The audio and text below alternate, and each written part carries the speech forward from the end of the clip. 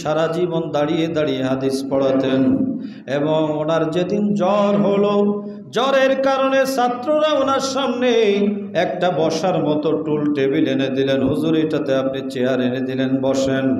তখন তিনি একটু কান্না করে দিয়ে দুঃখে দুঃখে বললেন, কষ্ট নিয়ে বললেন, আমার ছাত্র হয়ে তোমরা আমাকে এখনো চিনতে পারো নাই, আমার ছাত্র হয়ে তোমরা এখনো আমাকে বুঝতে পারো নাই।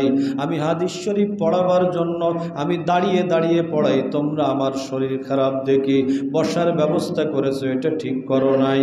কারণ কি? কারণ হইল আমি যখন একখানা হাদিস শরীফ পড়াই ওই সময় বলি ক্বালা রাসূলুল্লাহ সাল্লাল্লাহু তাআলা আলাইহি ওয়াসাল্লাম, অর্থাৎ একবার দরুদ আর একবার সালাম।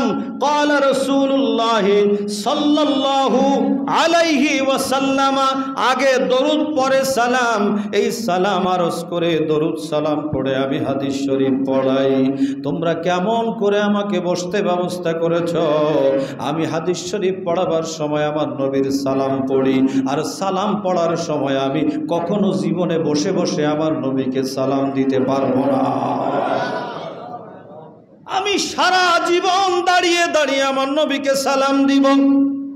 আল্লাহ কোরআন শরীফের মধ্যে বলে দিয়েছেন, ইন্নাল্লাহা ওয়া মালাইকাতাহু ইউসাল্লুনা আলান নাবিয়্যি ইয়া আইয়ুহাল্লাযীনা আমানু সাল্লু আলাইহি ওয়া সাল্লিমু তাসলিমা। এই তাসলিমার ব্যাখ্যার মধ্যে তাফসীরের মধ্যে এসেছে আই তা'যীমান ওয়া তাকরীমান ওয়া তাশরীফান ওয়া তাওকীরান। বড় করে বলেন না সুবহানাল্লাহ। আমার রহমতের নবীকে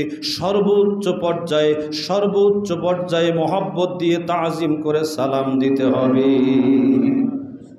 যদি কেউ মনে করে দাঁড়াইয়া দাঁড়াইয়া সালাম দেবার কি দরকার, বসে বসে দিলেও হয়, এরকম যদি একটু মনে মনে একটু ধারণা করে, একটু হালকা পাতলা অহংকার একটু দেখায়, বসে দিলেও হয়।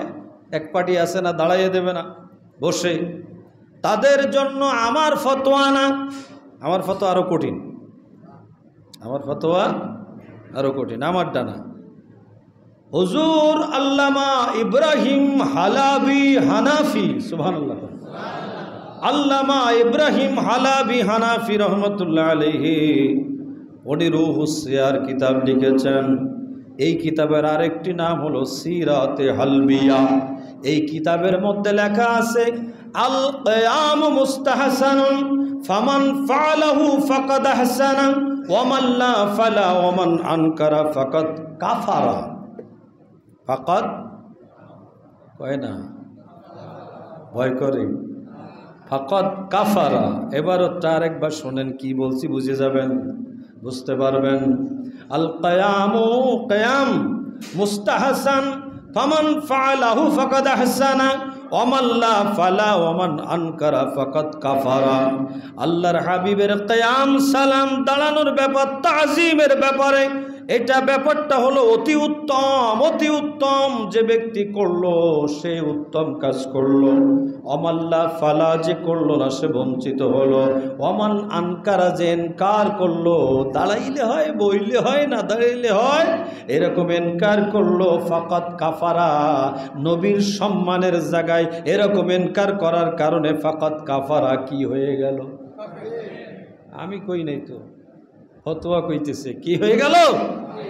কাফের হয়ে গেল আমার নবীর তাজিমের ব্যাপারে। তাইলে